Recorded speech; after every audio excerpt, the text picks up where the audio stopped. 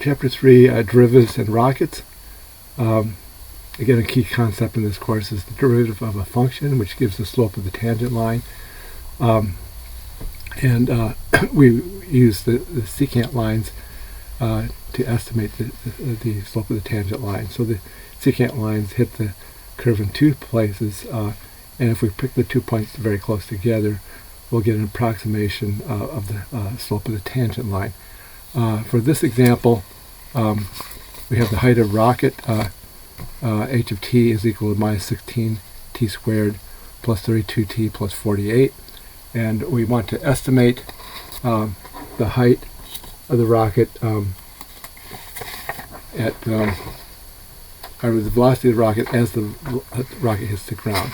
So we can approximate this with this, again, the slope of the secant line. So if we do so first of all, let's put some values in here. So h of 0 is minus 16 times 0 squared plus 32 times 0 plus 48, which is equal to 48. See if I can get a better pen. And h of 1, height at time 1, minus 16 times 1 squared plus 32 times 1 plus 48. That's going to be equal to 64. h of 2, minus 16 times 2 squared plus 32 times 2 plus 48. That's equal to 48. h of 3, minus 16 times 3 squared plus 32 times 3 plus 48. That's equal to 0. So the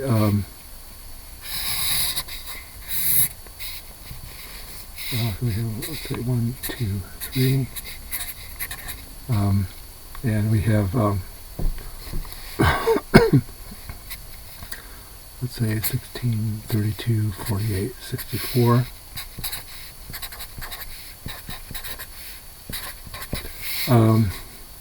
Okay, so we have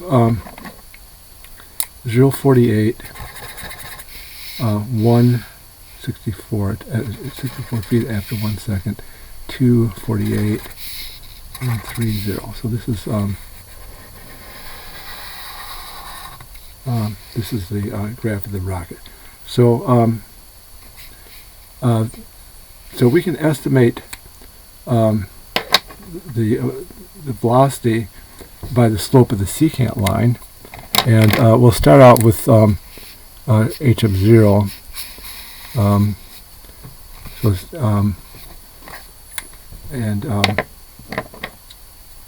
So the average velocity, v_av, is going to be from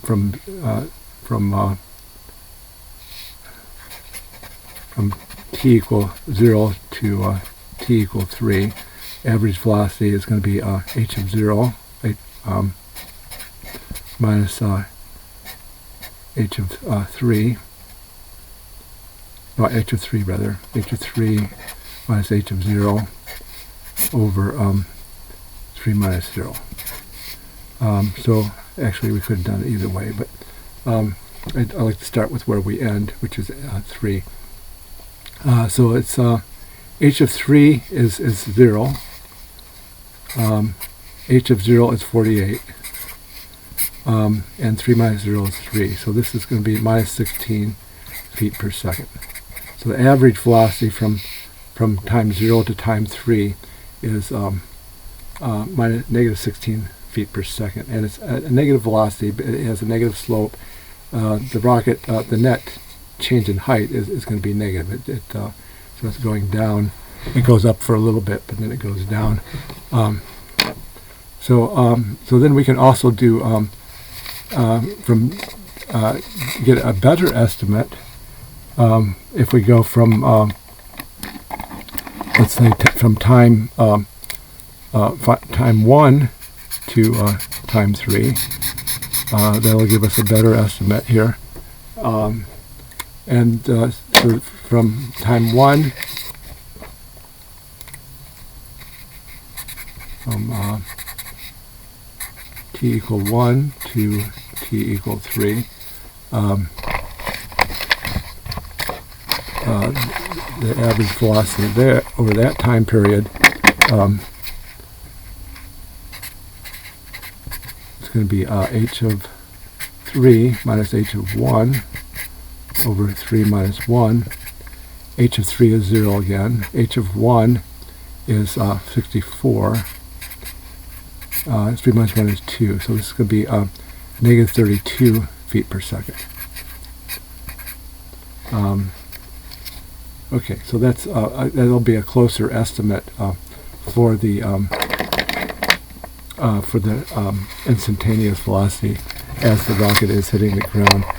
We could also get a little bit closer if we do from time 2 to time 3. So if we start at time 2,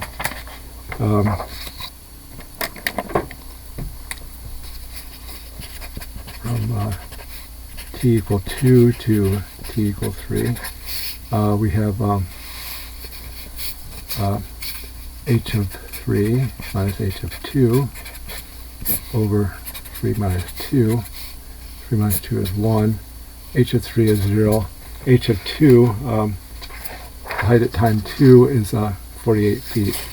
0 minus 48 over 1, so this would be negative 48 feet per second.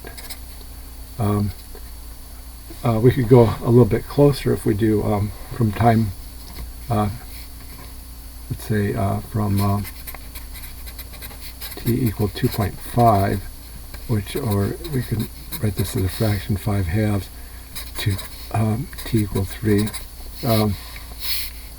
H of 3, so h of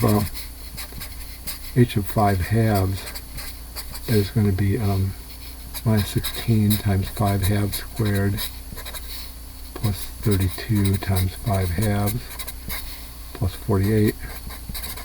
5 halves squared is 25 fourths. Minus 16 times 25 fourths. 2 into 32 goes 16. 16 times 5 is 80 plus 48. 4 into 16 goes 4 times, so this is going to be 4 times 25 is 100, so it's negative 100. If we add these two plus 128, that's equal to 28. So h of 5 halves is 28. So h of 3 minus h of 2.5 over 3 minus 2.5. H of 3 is 0 minus 28 over 0.5, and divide, you get a negative 56 feet per second. So that'll be even closer to the instantaneous velocity as the rocket is hitting the ground. Okay, so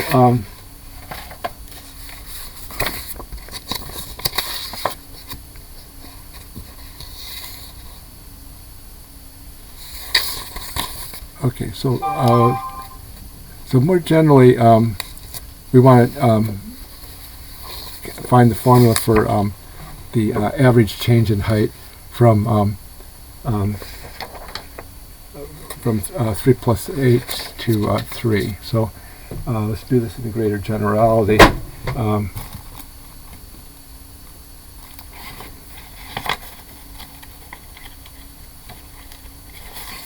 So from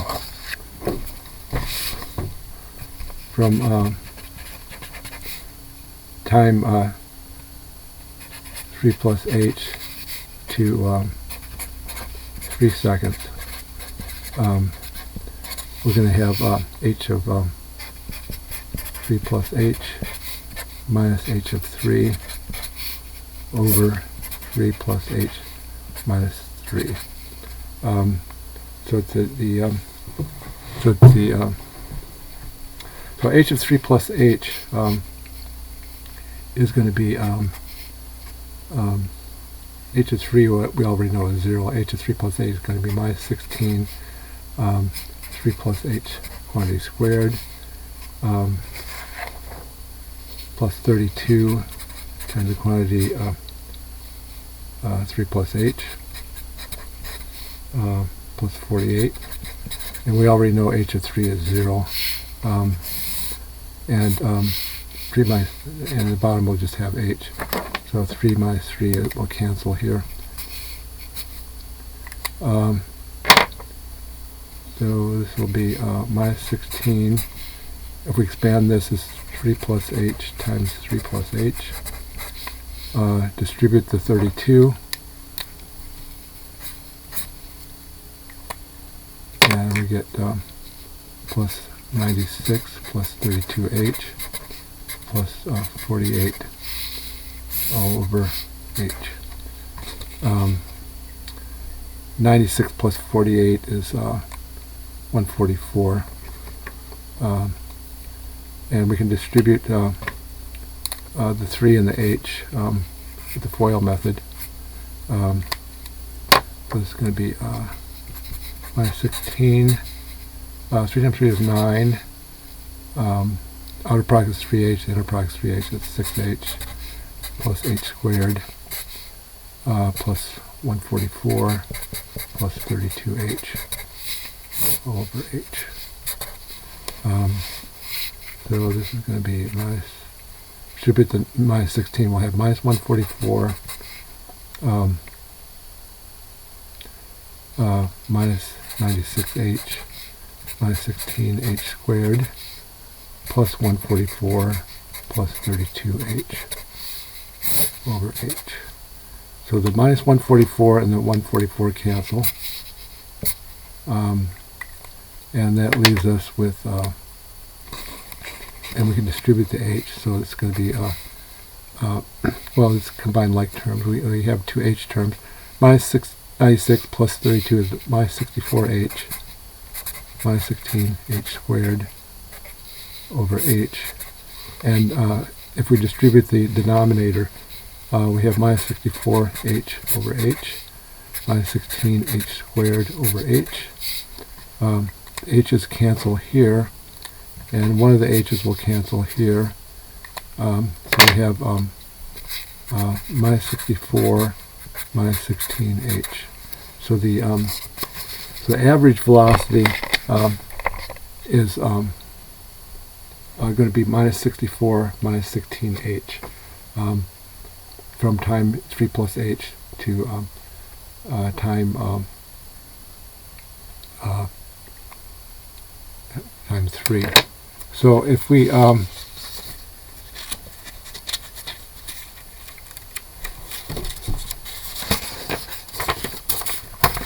okay, so if we want the time, we can use this to compute the time from let's say 2.99 to 3 seconds, and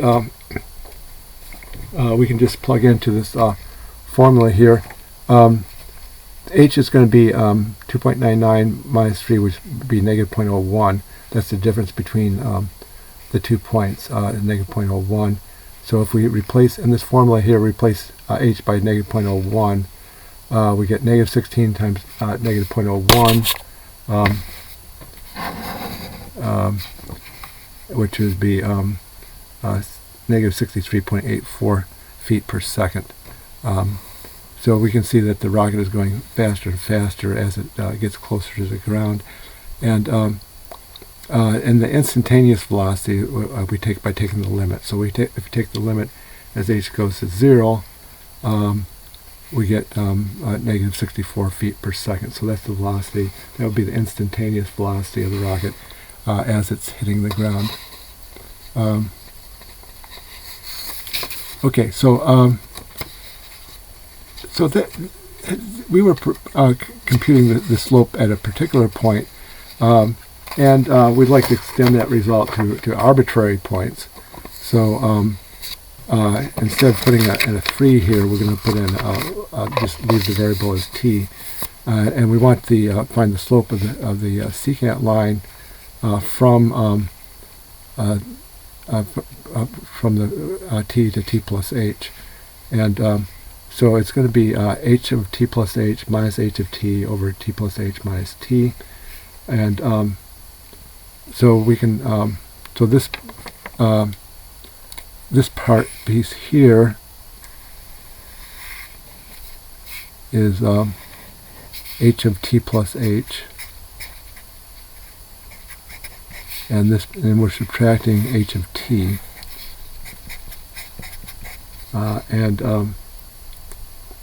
so we can distribute this minus sign. This becomes a plus 16t squared minus 32t minus 48. We can distribute the 32 here, 32 times t plus 32 times h, and expand this. So the 32t minus 32t cancels, plus 48 minus 48 cancels, and if we distribute the t times t is t squared, the outer product is th, inner product is th, it gives 2th or 2ht, middle term here, h times h is h squared, and then distribute the minus 16, and that'll give us minus 16t squared plus 32ht minus 16h squared, and then copy the 32h plus 16t squared. Minus 16t squared plus 16t squared cancels, and then we can distribute the denominator, and so we get average velocity minus 32t plus a negative 16h plus 32, and then if we take the limit as h goes to 0, then we get the a formula for the instantaneous velocity at any point in time. So we're taking the limit that as h goes to 0, we have this middle term drops out, and we just have negative 32t plus 32. And v of t is called the derivative of h with respect to time. It's denoted h prime of t. And so we can use this to find instantaneous velocities at various points in time. These are the same numbers we had before. V of 0, well, we didn't do that one before, but v of 0 be 32 feet per second. It's going up. At time 0, it has a positive velocity. At time 1, the velocity is 0. So that kind of makes sense. If you look at the picture, that kind of makes sense there. At time 0, it's 48 feet high, and it's going up. At time 1, that's when the velocity is 0. That's when the effect of gravity has sort of canceled out the initial momentum of the rocket, and then at the later times it has a negative velocity. It's going down, and we can also take the derivative of the derivative. So if we take the derivative of the derivative, we're going to get the acceleration, and so we repeat this process. So the average rate of change in of velocity, which is average acceleration, v of t plus h minus v of t over t plus h minus t, we get minus 32 feet per second, and the h's completely drop out there. So that's actually, the average acceleration is actually equal to the instantaneous acceleration, so a of t is we can write that as the derivative of the velocity, and it's also the second derivative of the height. So it's h double prime of t. You can write it, express it in those terms, so the rocket has a constant acceleration. It's acceleration due to gravity. We can also take the derivative of the acceleration. The derivative of the acceleration is called the jerk. If you think about if you're riding in a car, and if you have your if you're applying even pressure to the accelerator or the brakes, whatever you happen to be applying to. If you're applying a steady pressure to it, let's say you're accelerating. If you're accelerating at a constant speed, there's no jerk. You can feel, you can experience the acceleration. You'll experience the sort of the push back against your seat, but it's not like a sudden it's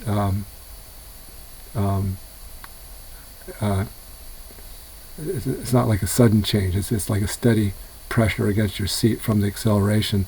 But if you change your acceleration, let's say you suddenly step on the brakes, so that's a change in acceleration, then you're going to experience a jerk. So the change in acceleration is called the jerk. So a constant acceleration, there's no jerk. But anyway, if we take the average change in acceleration, because it's constant acceleration, a of t plus h is going to be the same as a of t. So you just have minus 32 minus negative 32, which is 0. So the jerk here is 0. So again, you can so the jerk is you can write that as the derivative of the acceleration. So a prime of t, or you can write it as the second derivative of the velocity, a double prime of t, or it's the third derivative of the height. Okay, h double prime of t. And that concludes this presentation.